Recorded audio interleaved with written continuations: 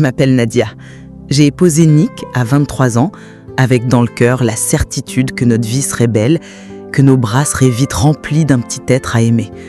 On était jeunes, fous de bonheur. Mais les mois ont passé, puis les années.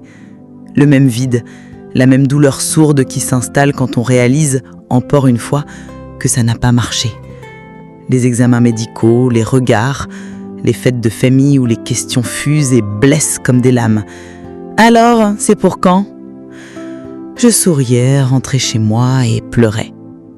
Nick était là, solide, aimant, mais moi je me sentais cassée de l'intérieur. J'ai traversé des saisons de colère contre Dieu, des saisons de silence où je n'ouvrais même plus ma Bible parce que ça faisait trop mal de lire des promesses oubliées.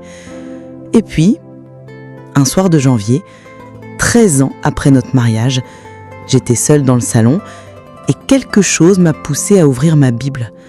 Je suis tombée sur Ésaïe 54, verset 1.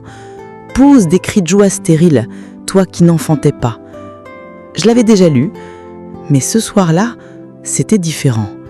C'était comme si Dieu prononçait mon prénom dans ce verset. Pas stérile comme une insulte, mais comme une adresse personnelle.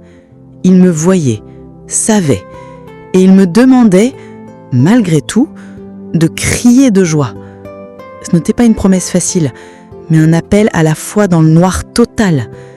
J'ai fermé la Bible, et pour la première fois depuis des années, je n'ai pas demandé un bébé à Dieu.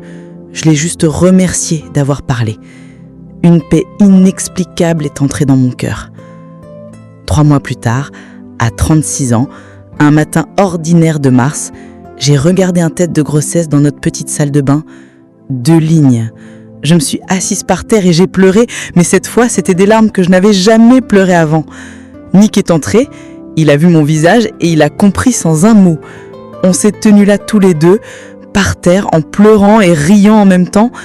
13 ans de désert, et Dieu avait gardé sa promesse depuis le début. Il attendait juste le bon moment, son moment,